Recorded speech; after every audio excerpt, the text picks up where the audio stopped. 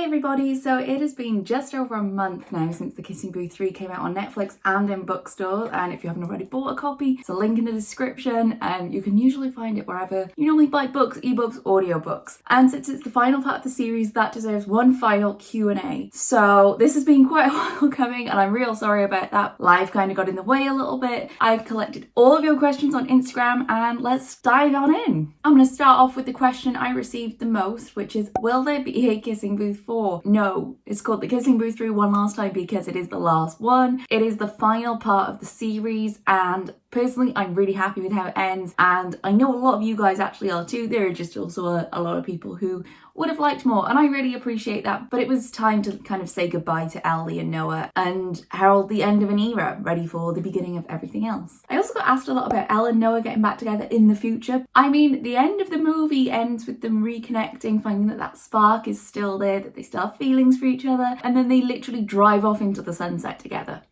So in my head, they've gotten back together by the end of the film. So hopefully that answers the question. Do you think we'll ever get to see all the deleted scenes from The Kissing Booth? Probably not. I haven't even seen them. Like, I just see the final cut like you guys do. Did you go to South Africa with the cast while the movie was being filmed?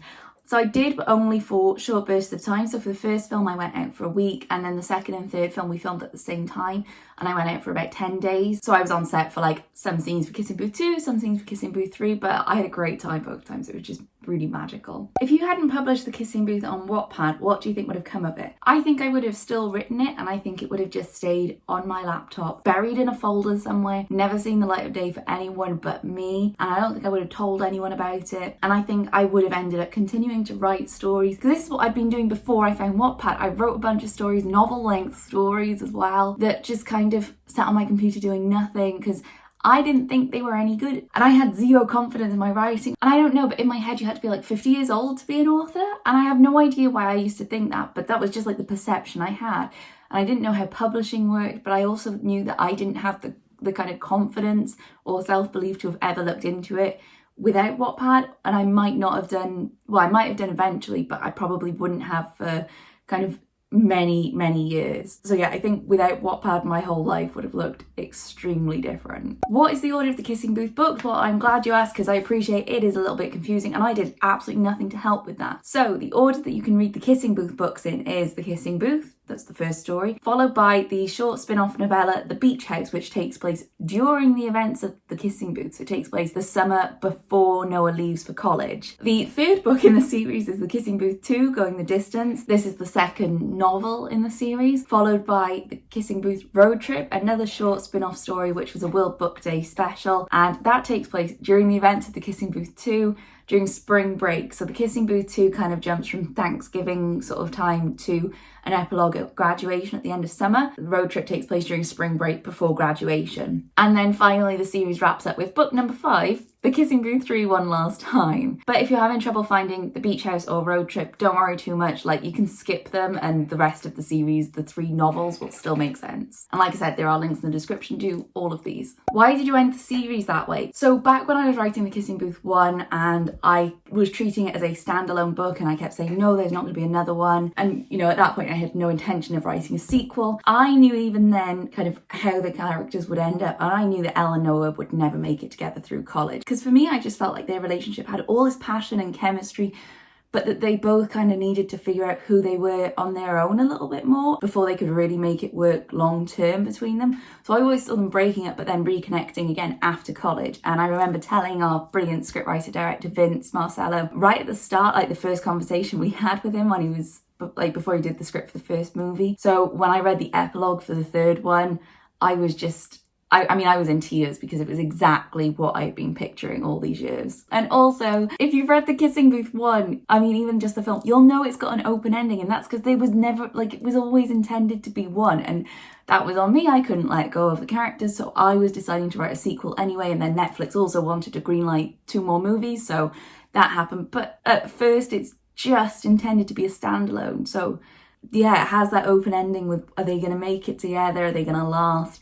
But for me, both the endings of Kissing Booth 1 and 3 in both the films and the books are just kind of really optimistic and very much full of hope, which I don't know, just feels right for me for these characters. What was your favourite moment in the making of the Kissing Booth book and movies? Okay, so I'm going to answer these two separately. So in terms of the book, my absolute favourite moment was in the Kissing Booth 2, the Thanksgiving scene, because it was so charged, there was so much tension, there was so much going on. It was kind of really chaotic, and I love a scene like that. And it was the reason I had even wanted to write a sequel, because I couldn't let go of the characters, like I said, but I got really stuck with this idea of Elle and Noah broken up and then they see each other at Thanksgiving, and it is rough. And I kept like trying to work out that scene before thinking, okay, I'm gonna have to write the whole book to figure out what this scene is, and that's kind of how Kissing Booth 2 came about. So yeah, definitely that moment in terms of writing, because I've been looking forward to it for so long. And in terms of the films, it's gotta be Elle and Noah's kiss in the first film, right? Because that's just,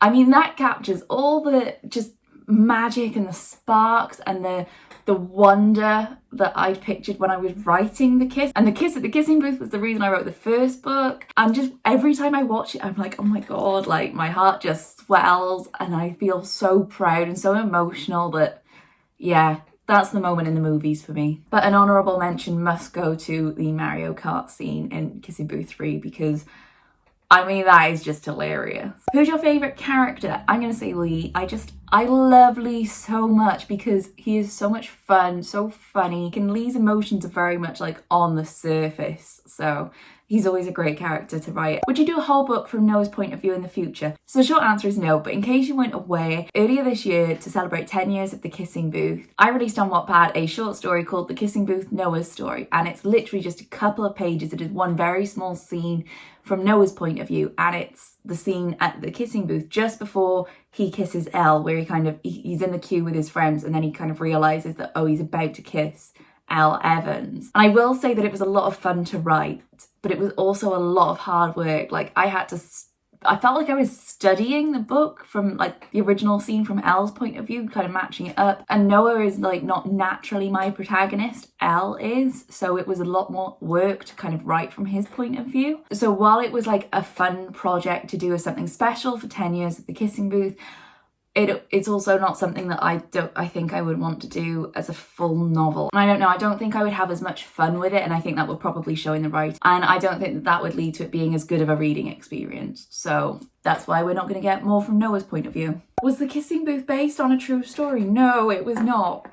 I wish my life were that exciting, I really do, but no, definitely not. What did you enjoy most about writing the books? Honestly, it was just kind of, I got to have fun with it, and particularly with the first one, I was posting it online, so I had like live feedback. I'd never had any confidence in my writing. I didn't think I was any good. I knew it was something that I was compelled to do, and I loved it, and I still do, obviously, but I just kind of was like, screw it, this is what I'm doing now. I had so much fun, and it was so exciting, and the whole journey from, through publishing and the movies has felt like this massive discovery of just like all the possibilities that are out there and all the opportunities, getting to try new things and get stuck into new projects and, see it all come to life. I don't know. I know that's a bit of a flaky answer to just say, oh, it was a lot of fun, the whole thing. But yeah, it was. And I really just don't think I could choose a particular favourite moment in that journey. Why doesn't Kissing Booth 2 have the movie cover? I really wish I had a good answer to this, but I don't.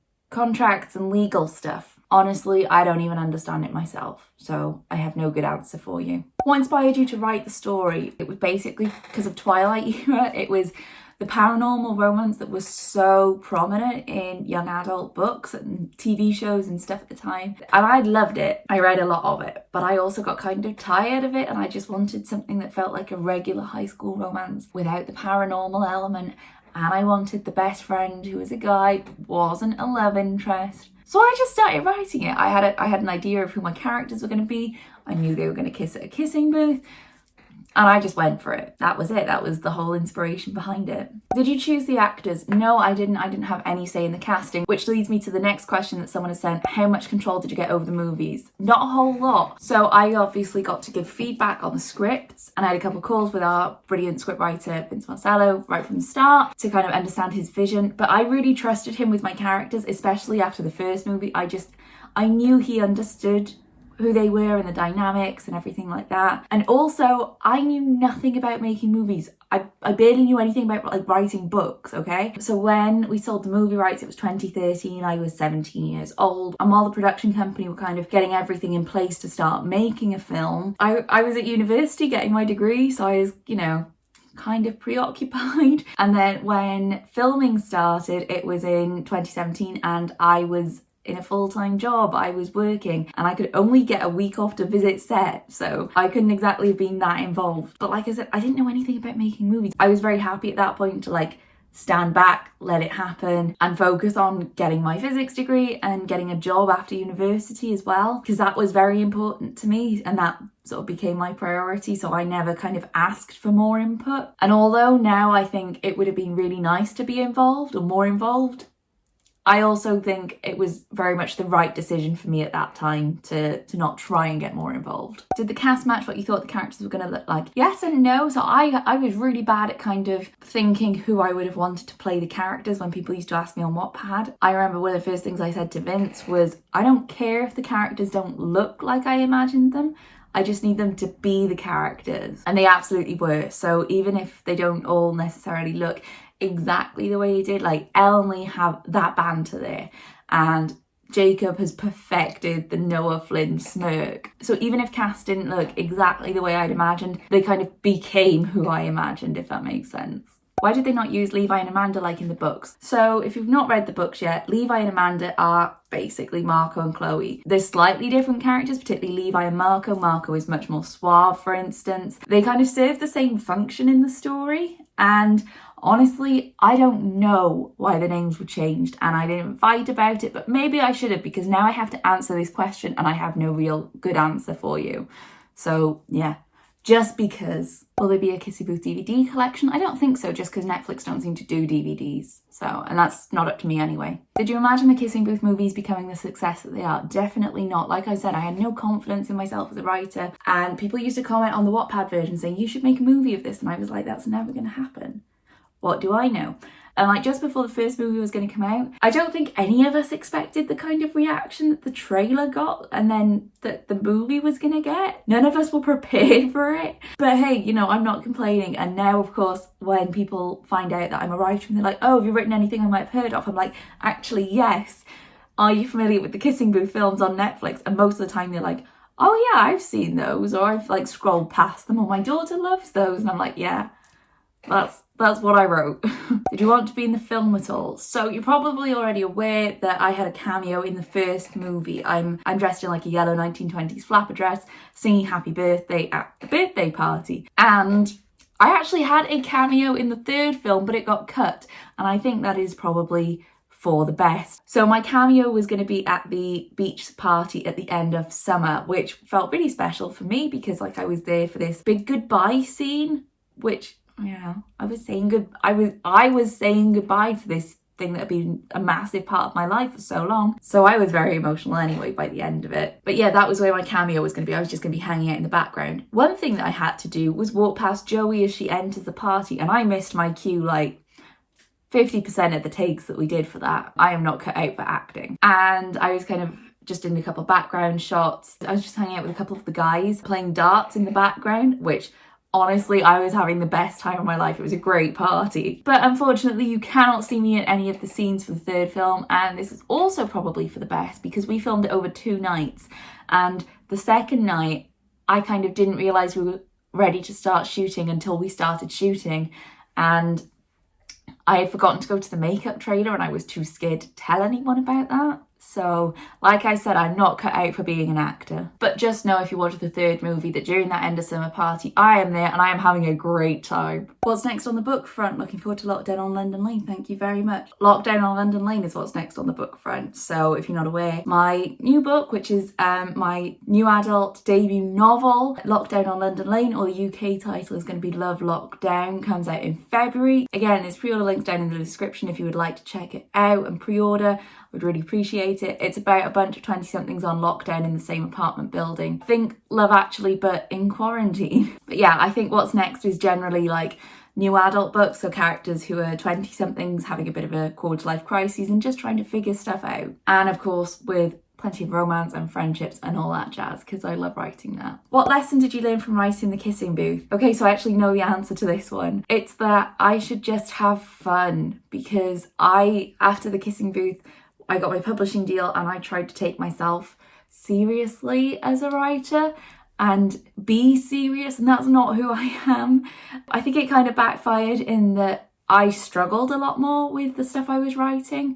It felt much more like work than anything else, and writing had always been something that was very fun for me. And I didn't feel as invested in some of the stories that I was working on until kind of post-university, when I was really into writing fan fiction, and I realised that's what I did best. I just kind of said, screw it, I'm going to do what I want and I'm going to have fun with it and I'm going to enjoy it, and that's the end goal for me here. And that was when I kind of rekindled my love of writing and found my spark again a little bit more. And honestly, that was something that I then carried through in my approach to my whole life. Is the end goal is I want to have fun and enjoy myself. I want to allow myself to be really enthusiastic about whatever this is and just kind of go for it and be no holds barred. Honestly, that's where I thrive, so that is the lesson I've learned. I think this feels like a pretty appropriate question to end on. What is the moral in the entire Kissing Booth series? To be honest, I have never given this any thought before now, and it's probably a very predictable answer, but I'm going to say love, whether that's self-love and that kind of discovering who you are and